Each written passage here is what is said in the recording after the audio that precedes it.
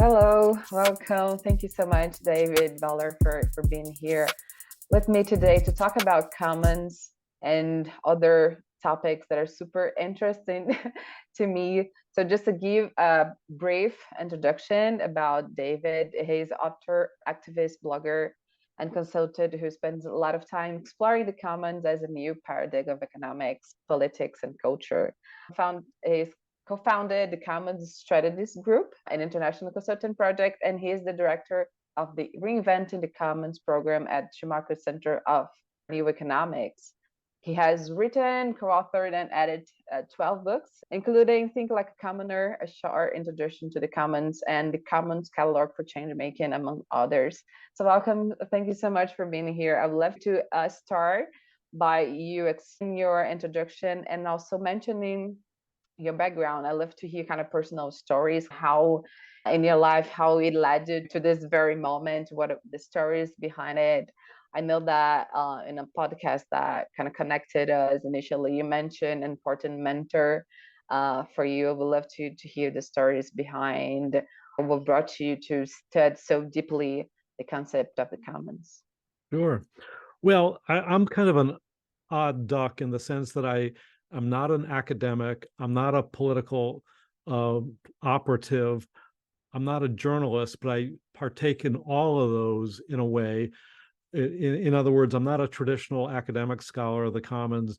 I'm not in mainstream politics, but I am an activist involved with an international network of people who self-identify as commoners and are themselves trying to push forward different commons projects, which can range in scope from open source or online commoning projects like Wikipedia and many, many others, to urban commons, to agriculture and food commons, to certain types of social service commons like mutual aid networks or time banking. And there's frankly dozens of types of commons out there. The problem is most commons are not seen culturally legible or seen. They're we don't have the language or concepts often for thinking about them, and so they're just seen as an interesting aberration and not something that maybe is systemic and global in scope. So a lot of my work is about bringing this to attention, about trying to understand the deeper dynamics of how commons work as a social phenomena.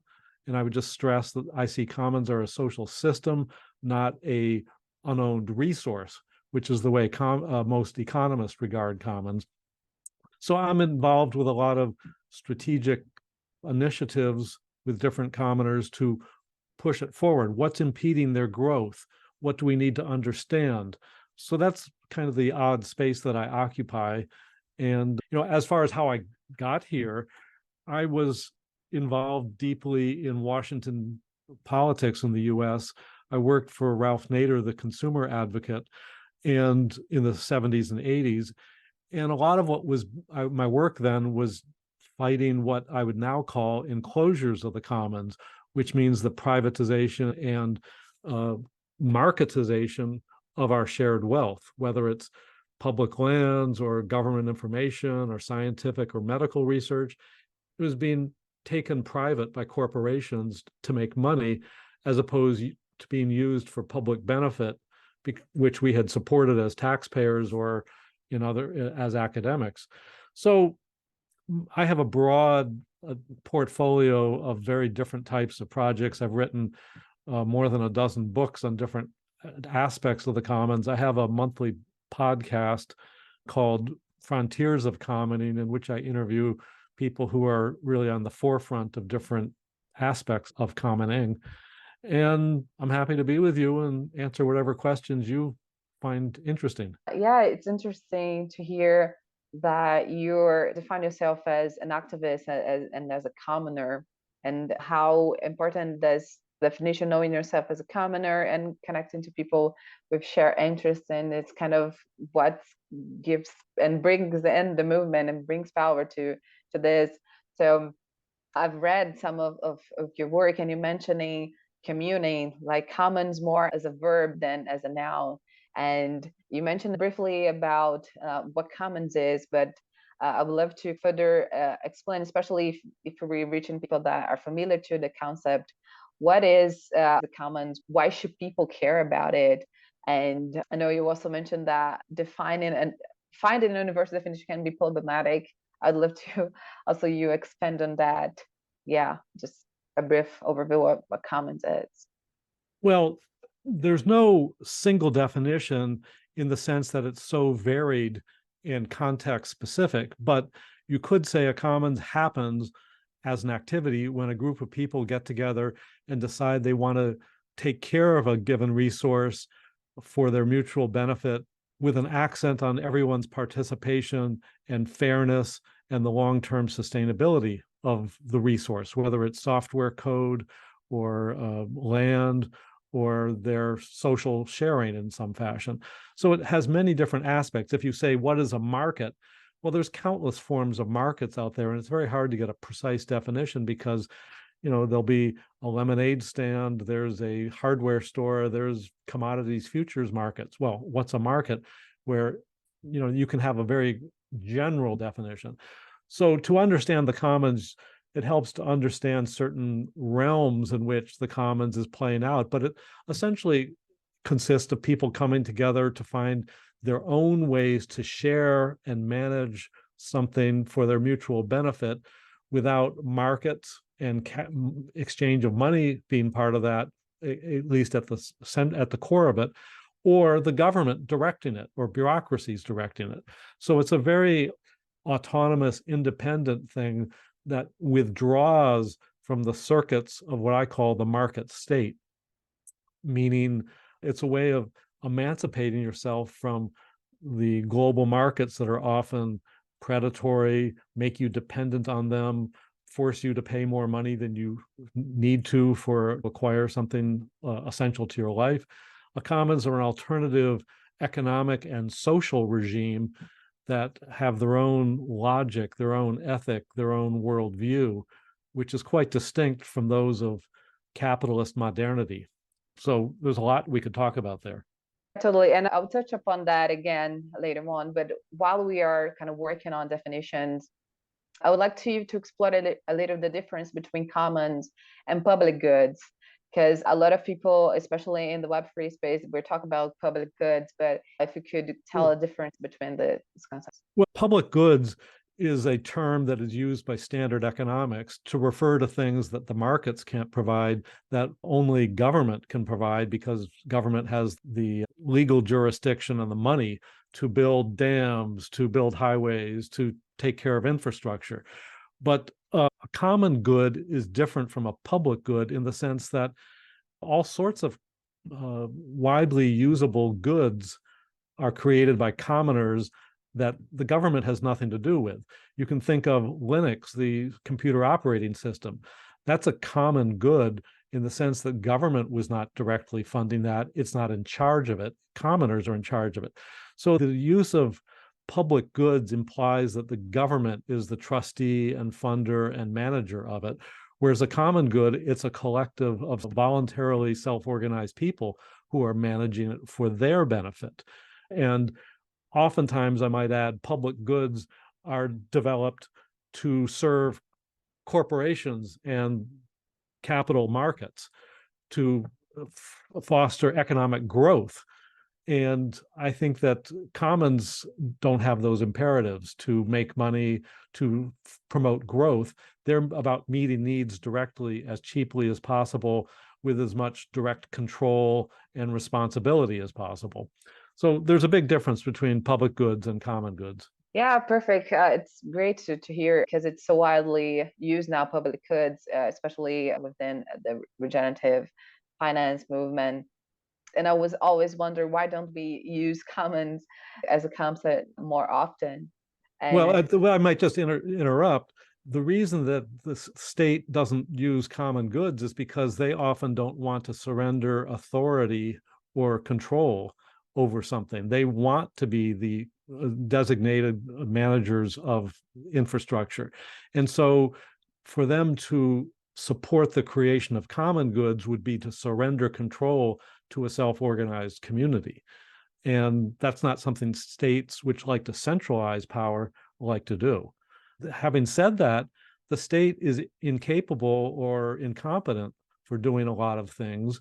For example, the European Union wants to have more secure data networks, and they're finding they have to find some sort of contracting arrangement with open source crypto security experts, because that community is more expert and on top of the situation than bureaucrats can be, than bureaucratic agencies. So there's some interesting dilemmas about how the state can cooperate with the commons, giving them certain authority and control, but still retaining enough for their purposes. I'm just sort of highlighting some of the tensions between state-directed provisioning of goods or infrastructure and commons-based infrastructure and goods. That's just great to hear. And I often, that was a question maybe we can explore later, because I still want to ask some questions about definitions, but it's really great. And I think that we're still lacking this kind of view the commons as a third alternative way to managing, because most of the time people criticizing neoliberalism and the capitalism, they often point solutions toward either the state or the market that they don't mention. I don't see as often in mainstream people mention about commons and self-organized communities. So it's really great to have this conversation. And I mentioned this about public goods because some self-organized communities within the Web3 space are using this term public goods, and they are not influenced by the government, but they're still using this term. So it's important to highlight. And I always internally felt this because the public, for me, the term, the language, it implies government action, and you're confirming what I was feeling when hearing about these terms and questioning myself, why don't we use the term commons when we're in a community self-organized? Let me speak to that, because within digital communities, especially those involved in Bitcoin or crypto or digital autonomous organizations, there's this kind of presumption that openness is enough. And the truth is it's not, because simply to have the resource, the code, the platform available to anyone often means that there's nobody in charge who's taking responsibility for governance, for financing, for preventing vandals or trolls or other mischief makers from ruining it.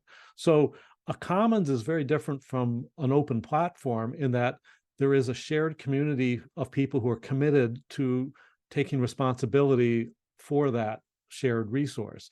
And this is the problem, for example, with open access scholarly publishing, where a lot of journals think that it's just enough to make the articles publicly available on the internet.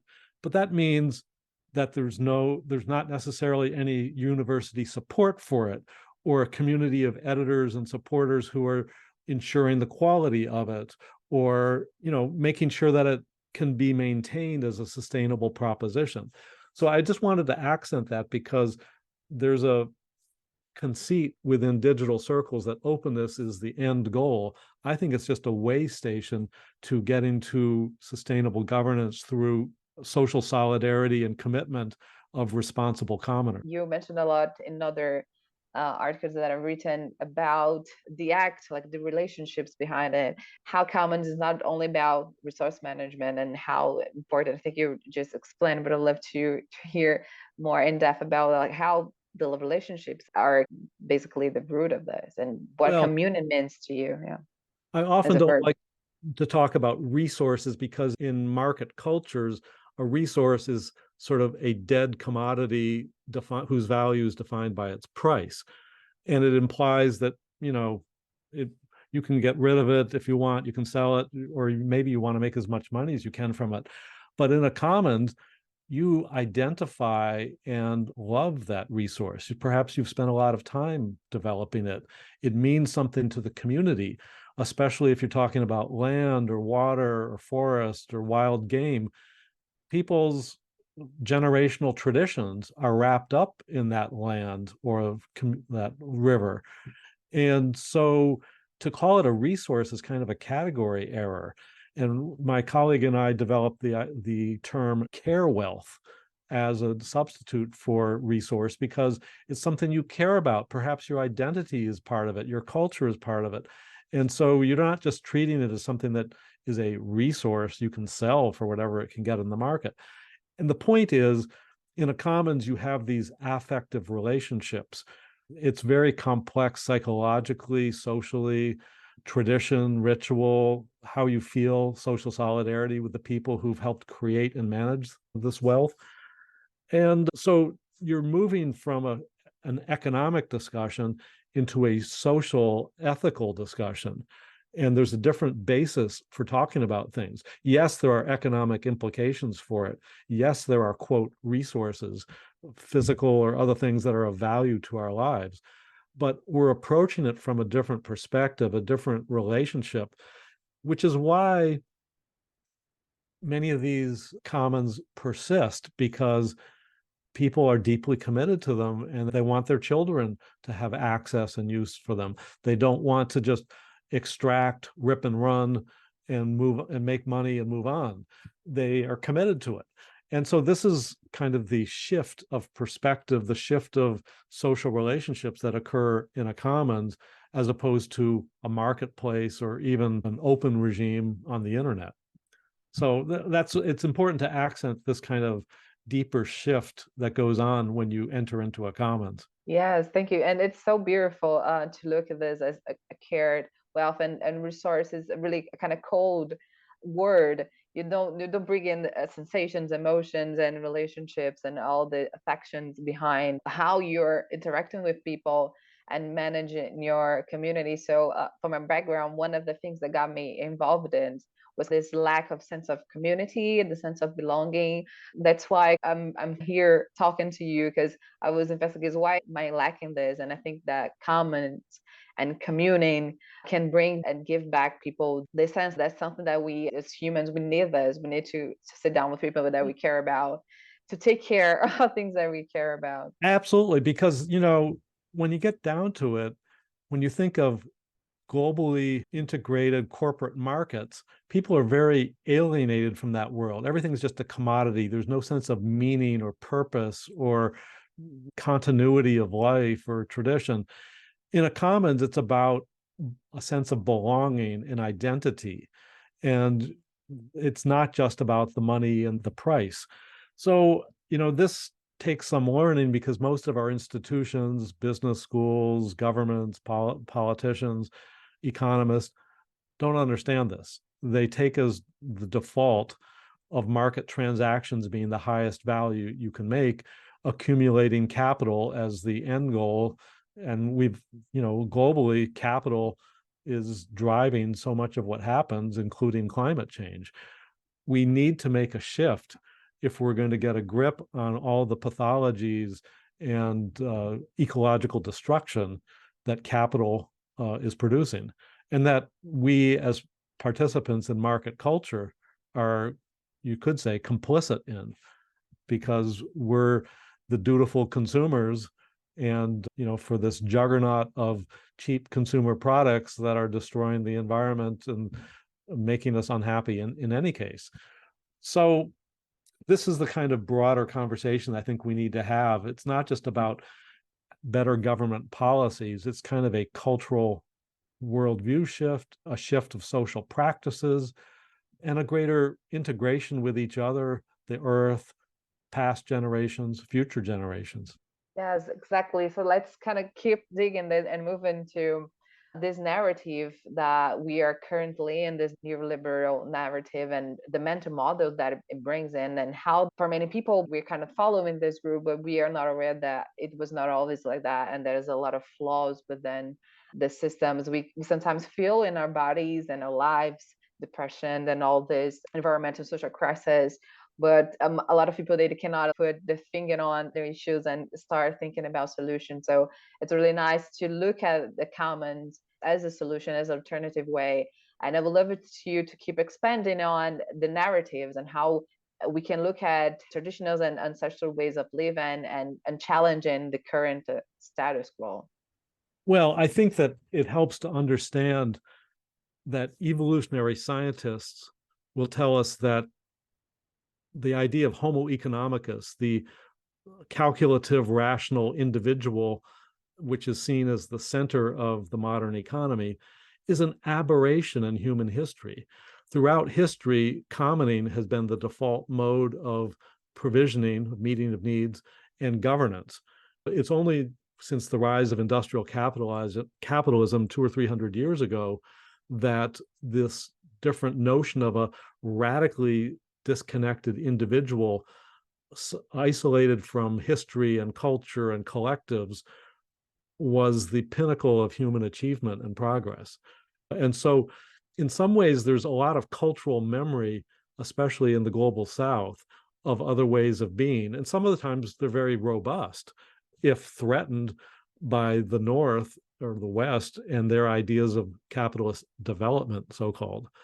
So there's, I think, a huge reservoir of knowledge and practice and memory that still exists, that needs to assert itself, that the West and the North could learn from, in fact, probably need to learn from if they're going to deal with climate change, because we need to learn how to live without relentless growth and material consumption, and to find happy, sustainable ways to live with the earth and its limitations. You know, because standard economics, industrial capitalism does not recognize limits.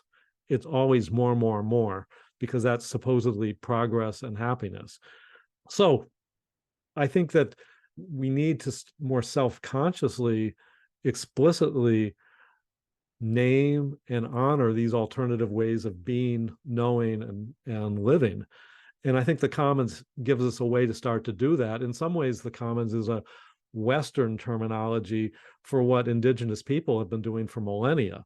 So there's a certain, I don't want to say colonialism, but a Western terminology being used here.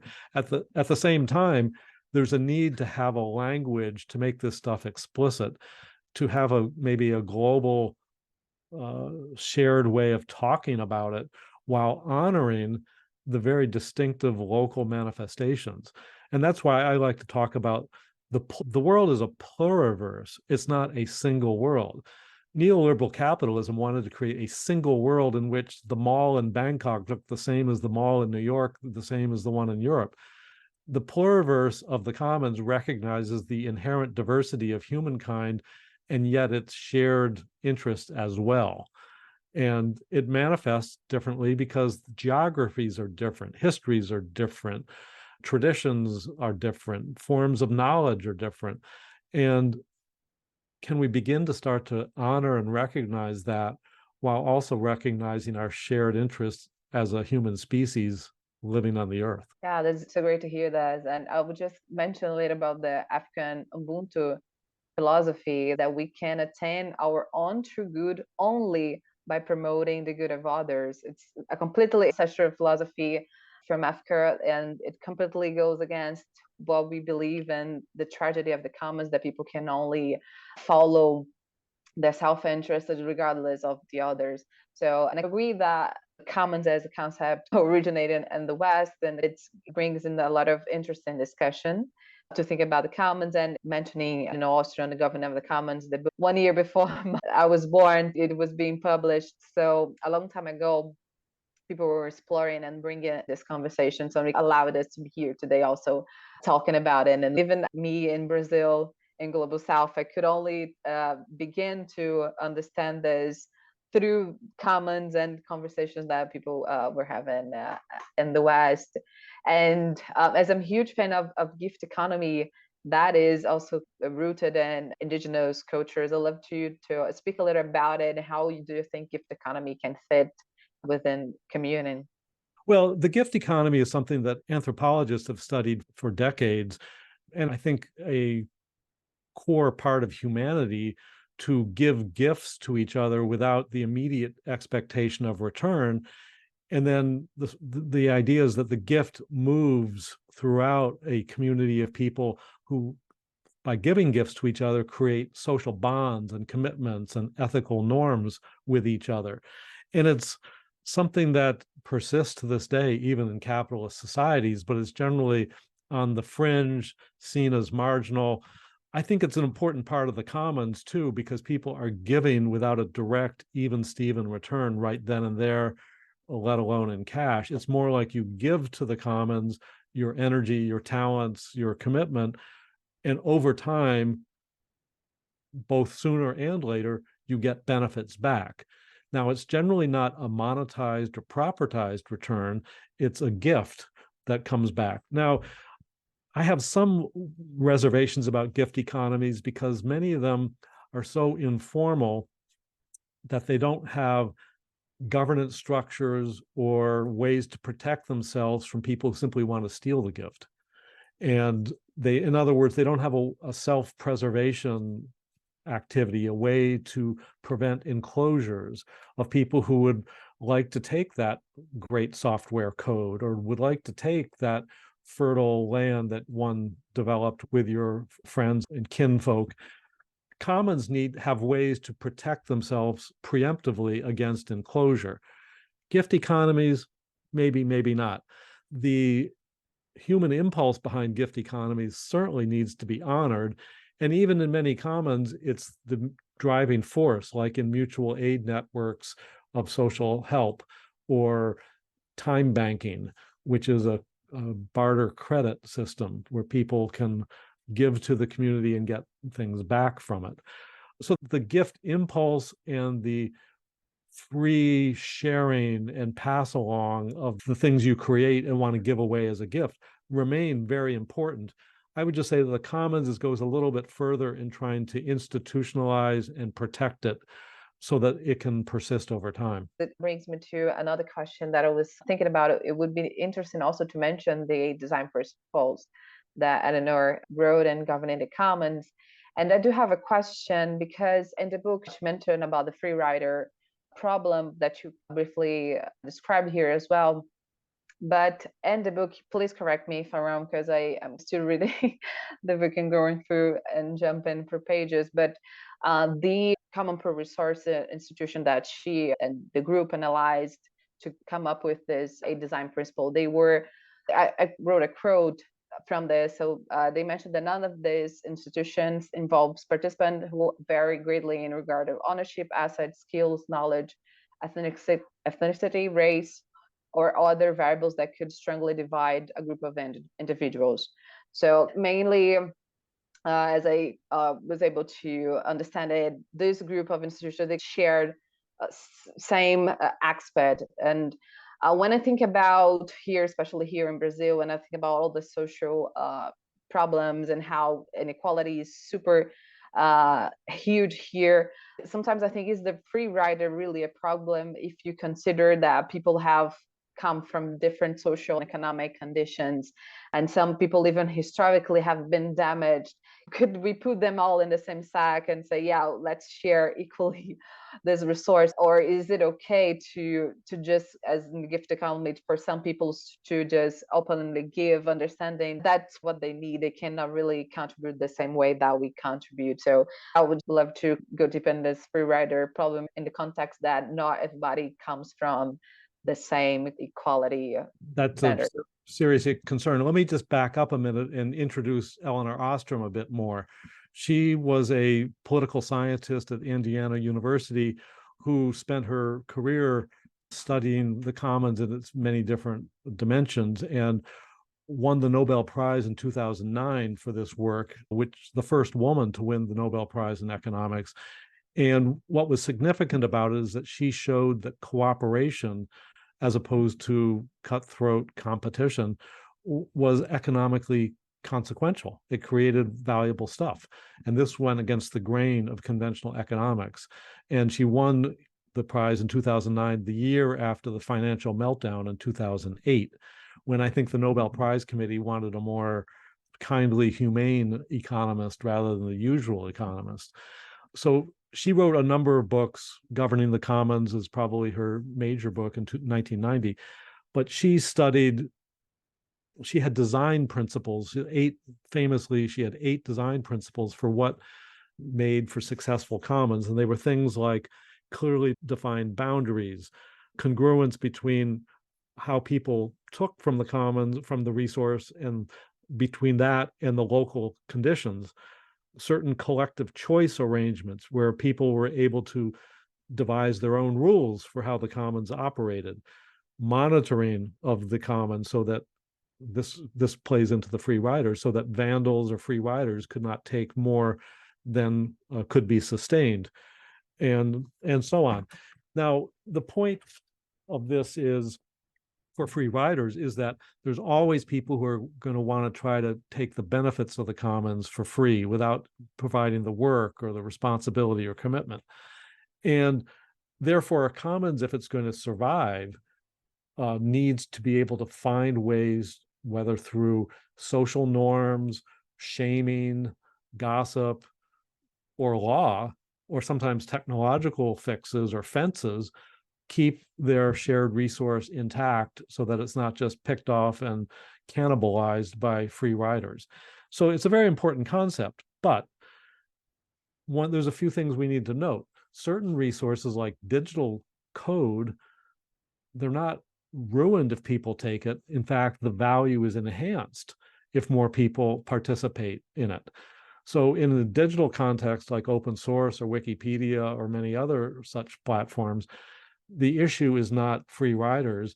It's how do you prevent people who would disrupt the commons or vandalize it. So it's a different challenge, but the same point of keeping stewarding the shared wealth in an effective way. It's just that a free rider won't deplete it the way somebody who takes too many sheep, too much water, too much land. So the idea of the outsider who hasn't contributed being prevented from taking things unfairly is probably the key point. Now, part of the issue is, you mentioned a lot of people might be desperate. Part of the challenge of any commons is acculturating people and getting them aligned, getting their diverse interest into a shared purpose. And that takes hard work and time to build trust, to build shared ideas of how the resource is going to be used and how people are going to protect it and monitor its use. That's what Eleanor Ostrom studied a lot.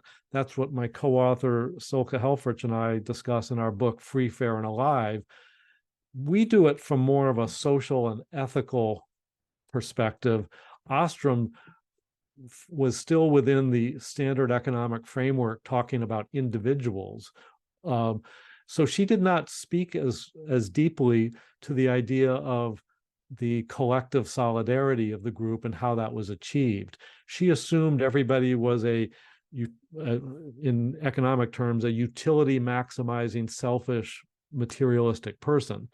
And of course, there are such people, but she didn't explore as deeply how a community comes to develop a shared identity and rituals and a sense of togetherness and a group commitment over time. And I think that's part of the answer to your concern, or many people's concerns, about people who would free ride. You either forcibly prevent them from taking the shared wealth because they didn't contribute to it.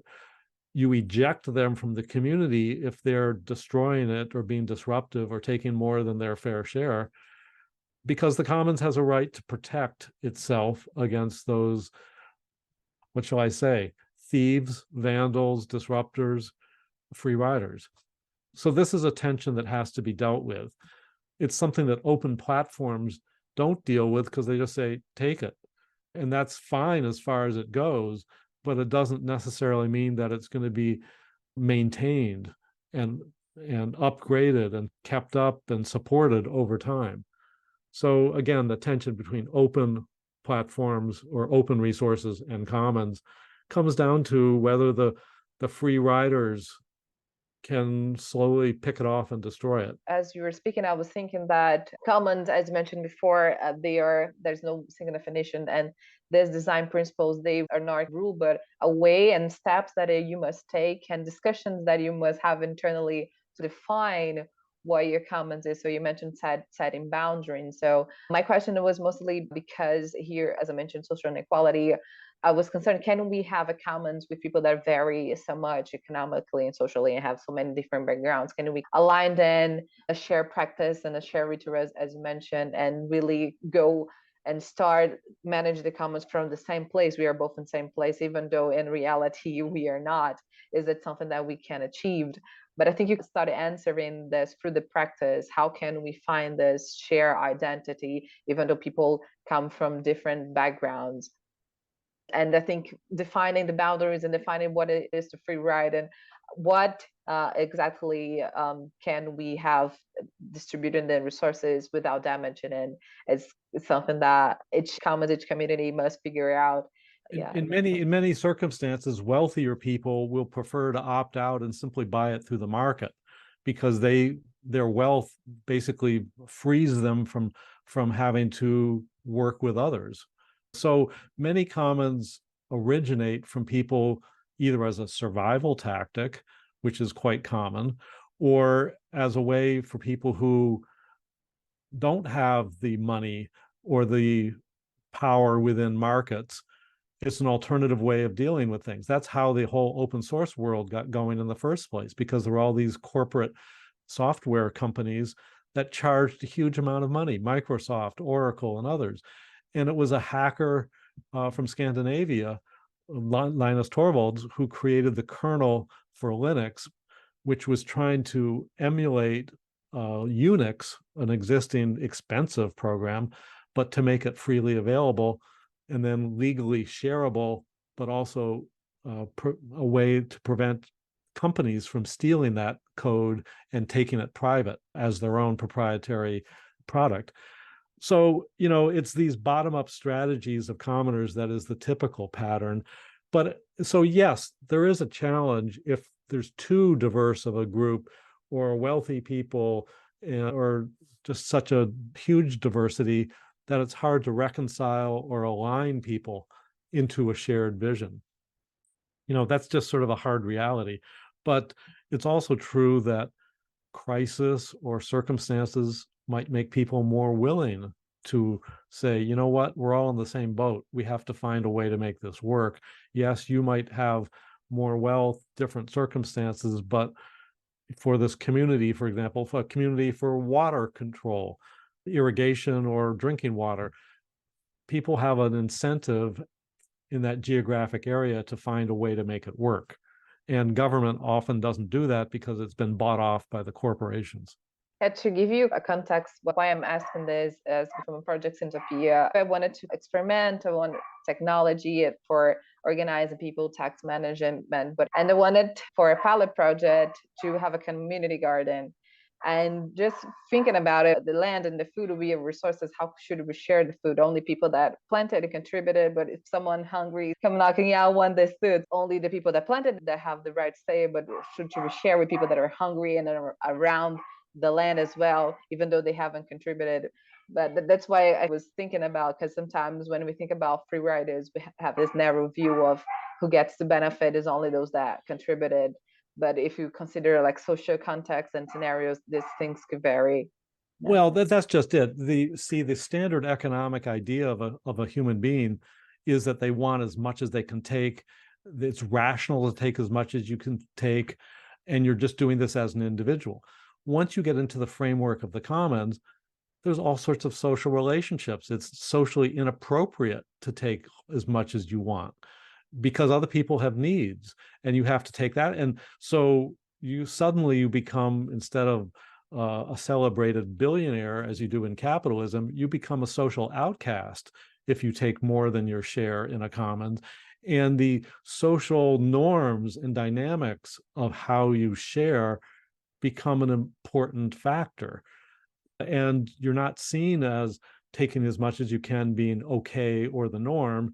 You start to say, well, how can we make this work for everyone? And that doesn't mean everybody necessarily gets the same exact share. And I would also add, because of this, because there's not an imperative for endless growth and profit and capital accumulation, people are more willing to say, I've had enough for my needs. Of course, let's share with this. And within different types of commons, you see all sorts of sharing, because community supported agriculture, for example, is not in competition with each other. They help each other.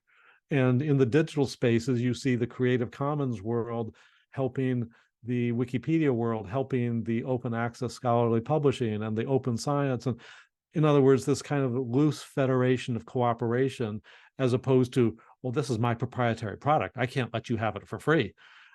A whole different mindset. Yeah, exactly. And as you mentioned, the digital commons, a few times already. How do you see the landscape in recent years? Do you think it has evolved, especially for new generation that are so immersed in TikTok and Facebook and Meta and all this and this technology that are coming in and getting millions of users instantly? So how do you think this digital commons has evolved for the years, and how do you think Well, it's going now? I think that part of the problem is that even on digital commons, there's not often the money or capital. Sometimes finance is needed to grow these things. And think of, I don't know if you're familiar with couch surfing, which was a travel hospitality gift economy.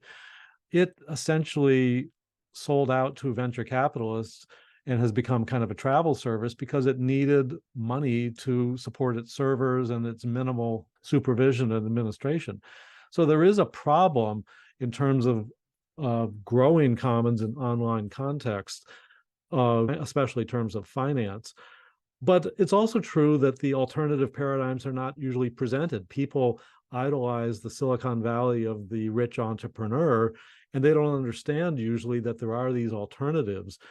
I've been working with a group in Mexico called Urbanica. You can Google that. And they've been doing a series. I've been working with them to produce a series of educational videos. And they themselves are committed to the commons, trying to develop this alternative cultural mindset and set of models, aspirations for collaboration that is not simply how can I make the most money or how can we cooperate to make the most money. So I think there are signs within certain digital circles of trying to develop the idea of the commons more substantively, but it remains an uphill climb right now. Yeah, so my next question would be around Web3 and DAOs, decentralized autonomous organization, and crypto community. Because from my personal experience, what I've seen, that those are the people, especially my generation, that I see that I could connect with, that are talking about the commons and especially alternative ways to fund the commons. So when you mentioned financial problems, I see a movement and part of crypto community, not all of it, but a part of it, they are interested in the commons and understanding how this technology could support alternative ways of funding the commons. And I met Umberto and Ana Fornubonica. They are working to bring in the culture and somehow change how we perceive and really bring in the notion to more people about the commons and its importance. So do you see an intersection between this Web3 DAOs space with the commons? How do you see the potential of it? What are your perspectives so I far think of that? there is a big potential, but many people approaching the DAO world, the digital autonomous organizations, bring with it the baggage of their capitalist, individualist perspective. And they often see them simply as DAOs as vehicles for creating new types of money-making enterprises, which is fine as far as it goes. But in other words, they're not focused on the governance, the social solidarity, the culture, the social practices that are needed to make a successful commons. There are some interesting conversations going on, like there's a group called Crypto Commons that has conferences about so-called regenerative finance, often called refi. I find these two have promise, but in many cases, they're simply an excuse for making technologically sophisticated new markets for investment, and they're not necessarily about commons or commoning. And so there's a lot of self-delusion going on in some of these circles. They want to make it seem like they're dealing with climate change or being socially progressive. I think in some cases that's a joke, that they're simply creating new types of markets that may or may not be helpful, but are not likely to change the pathological dynamics of capitalism. Yes, I have a question related to this as well, because as I mentioned, my inspiration for my project, which is called Sintropia, was to build a new tech and use AI for tax management, like to help people navigate around the common goal for, I mentioned the community garden. So I was thinking about some technology that will help people guide through the tasks. So if you're watering One day you get logged in the activity in your profile, and you have another tools for management and discussions within it. And recently I got into this term solutionism, that is this idea of just bringing in more tech, building more new tech as a way to solve the worst problems, and you're actually just creating another market product and you're not solving anything. And we can look at different technologies that were built within the years that promised a lot and haven't delivered anything. So what do you think about, do we really need a new tech, or should we start questioning ourselves and focus on other things? I think other things, because I think those, while there are some innovations that are worthwhile that might come out of those, what tends to happen is that those smaller, first of all, the experimentation happens by the smaller players. The big players are simply protecting their market share. But then the smaller players, if they show promise, that's interesting. The big players, the big tech players, just buy it up and consolidate it into their big tech operation. And the point is, many of these services, think of Twitter was run as a cooperative, we wouldn't be having the problems we're having right now, where it's been commandeered as a right-wing mouthpiece, or the algorithms are antisocial or something like that. We need to start to develop our own tech that can be mutualized and shared, or at least not commandeered for antisocial capitalist purposes.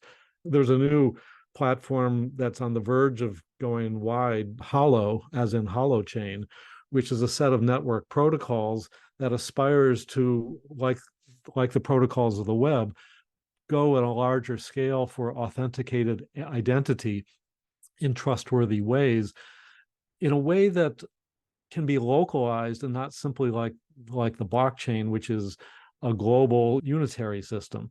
The point is that Hollow offers the potential for greater local self-control, local both geographically as well as a small group, to control their own resources on their terms, rather than the big tech players being the only ones who can scale and get the infrastructure and the efficiencies. So I'm hopeful about that, and I'm hopeful about some DAOs that might do it. But it's difficult because it's often very technically sophisticated. It often requires a lot of money. It requires the coordination of a large number of people. And usually in those struggles, it's big tech that wins. So it's a challenge. So what do you think we should focus on then to kind of upscale the commons and see more of commons and community within people and our practices? Well, there's a number of areas where I think we need to do some deep thinking and activism, sometimes involving the state, but as mentioned earlier, that can be problematic because the state has its own motives and control imperatives. I think we need our own infrastructure, so that creating a commons is not necessarily a heroic historical aberration, so that it's more normal and easy to create a commons. And that means having infrastructures that help you. I think we need to, the term, people often say, well, how do you scale the commons? The term that Silke Helfrich and I use is emulate and federate, meaning you want to keep the appropriate scale and size, as opposed to building a single unified hierarchical organization. So horizontally, you will federate all sorts of different smaller scale ones, co-learn from them, share with each other, co-develop, as opposed to some mega institution. I think we need innovations in law, because conventional law from the nation state is often hostile or indifferent to commons. It doesn't understand them. It doesn't have legal categories to mention or to recognize certain types of commoning. So I think we need innovation there. For example, my latest podcast interview with a fellow named Thomas Lindsay in the US, who is involved with developing the rights of nature legal doctrine.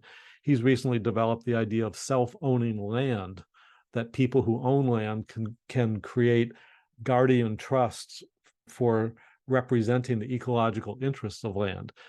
These are the types of legal innovations we need across the board, not just in digital spaces, but in natural resources worlds as well. So, and then finally, I think there's a need to explore, well, maybe not finally, but another area is commons public partnerships. How can commons collaborate with the state in constructive ways? Can the state collaborate in good faith ways and give legal, financial, technical support to commons without taking them over or destroying them? That's a more tricky area, but I think especially at the municipal level, there's potential, as we see in Barcelona or Amsterdam, for working with commons from city government. So those are, some areas that I think need to be explored and developed, but simply developing the language of the commons to make a lot of commoning visible is itself a huge contribution, because people start to realize that it's a cultural category and practice that's out there. Let's name it and honor it and reclaim it. Do you think to be a digital commons, you have to be open source? Is that a kind of a direct relationship to it? Well, I think that, I happen to use a number of proprietary software programs like Zoom sometimes. I don't think open source is absolutely essential, but certainly it signals a commitment to those principles. And I think it ought to be developed as much as possible so that it can be adapted and shared and expanded. You can't do that with proprietary software. As a user, you often don't have a choice. As a developer, let's find the ways for developers to be able to expand their open source work and have, why don't we have some development funds for open source commons, open source software commons, the way that the capitalist world has venture capitalists to fund it? Why can't the state help support the development of some of these programs, which instead of developing public goods, let's have them develop common goods through state support, because that would help reduce the cost of a lot of people and have huge across the board public benefit. So, those are the kinds of things that need to be explored, but they're not really even on the agenda, partly because people don't even know what the commons is and that it's a viable alternative. So you mentioned open source is important, but not so much as a key, but kind of highlights to the principles. What are the key measurements to say this is a digital commons? Well, I think the key measurements are the internal relations that you have in your governance, your provisioning, and your social life, meaning the social relationships that people have within it. And that it has to be structured in a way that it's not simply going to become a market investment or commodity or product at some point in which somebody cashes out and gets money and the rest are left behind. Because a lot of people do contribute to the creation of commons, and a key structural issue is making sure that that is legally intact, that it's not going to be ripped off or sold off or appropriated by some rich buyer at some point, the way couch surfing was, the way some open source programs actually have gone proprietary. So it's about being mindful of the relationship you have with the market. It doesn't mean you have to have no relationships with the market, but as I say in my book, Free, Fair, and Alive, commerce and commoning have to be kept distinct so that the market activity or investors don't take over the commons, don't corrupt it by saying, oh, you can have this money if you do X and Y. And the next thing you know, you're another corporation making as much money as you can. So the priorities of the group, of the commoning, of decommodifying the shared wealth have to be key concerns going forward. How you implement that is negotiable in terms of the governance, the provisioning rules, and the social behaviors. Are you familiar with the concept exit to community? Do you think Yes. it? Yes. Yeah, exit to community is a great topic. Just for those listeners who may not appreciate it, often if you have a business and you build it up, the only option is to sell out to a big company or have an IPO, a stock offering to the general public to basically turn it into a larger corporation. But the idea of exit to community is to have a financial vehicle for the founder and owner entrepreneur to sell to the community, which could involve the employees, the local users, customers, anybody else who's interested, so that it can be collectively managed as a commons or at least a co-op going into the future. So it's a brilliant financial innovation for helping assure that people can have greater control over the enterprise that's meeting their needs. Do you know any success story? Because I only know about the concept. And one thing that I think about is once you're in a shared company, the governance is in a way, but once you have the community and put more people, are they also involved in governance? And do you have like examples of success stories about it? I can't right offhand, I don't, but I think that any such transition is precisely the moment when you work out those governance rules. And it's, often appropriate to maybe have tiers of different control. It's probably going to be less as a straight up social commons because it had been a market player, and making the cultural transition from a market corporate norm or business norm to a commons is extremely difficult, because people have different expectations and they're more money and market oriented than social solidarity oriented. So having said that, there are ways that you can mutualize benefits and have a more broad base of management and control than a typical business. To the extent that that can occur, I think it's a more stable, happy arrangement as opposed to an exploitative or predatory arrangement. Especially if a lot of people depend upon that company. So there's a number of people. Nathan Schneider at the University of Colorado Boulder has been very involved in the exit to community idea, and I'm sure that they have a track record they can point to for those who want to explore it further. And so I'd like to ask you for a tip. As I mentioned before, I kind of lack this sense of community, and I really wanted, and I was thinking about, well, let's start a community garden. But as an introvert, I found it really hard to suddenly change my own like kind of reputation and the way I've been seen here in my community, and start pushing and doing that. So what would be your tip for someone that wants to start commuting locally but has no experience or a project to do so? So what would you advise in this situation? Well, I mean, I think like with any commons or a commons that works in a larger environment, you find your peers, your partners, your friends who share your convictions and concerns, and you start to become a mutual support group. And I think that there's a lot of people out there, I think, who resonate to these ideas. They just don't have a vehicle, a space, a meeting space, a conference, a workshop to explore these ideas. And I think that experiment by putting yourself out there and saying, yeah, we're going to have a Saturday afternoon workshop on this topic, or we're going to have a conference over 2 days in association with this university.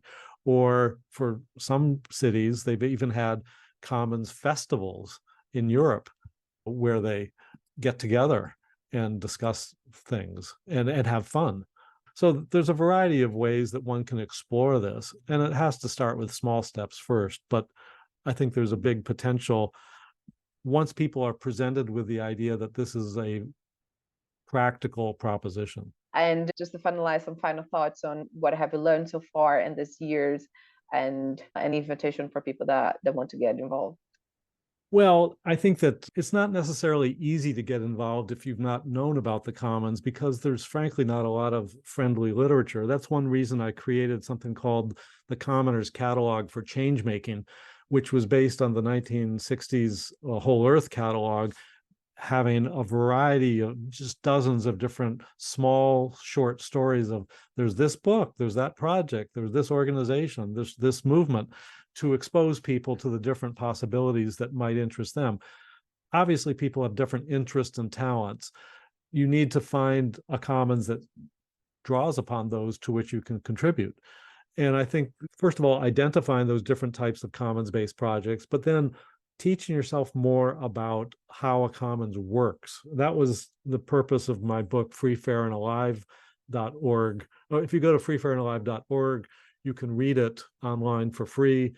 It's in 5 different languages. And there was once talk of a Portuguese translation. I'm not sure its current status, but Free, Fair, and Alive is a good source on that. Or a shorter introduction is Think Like a Commoner, my book.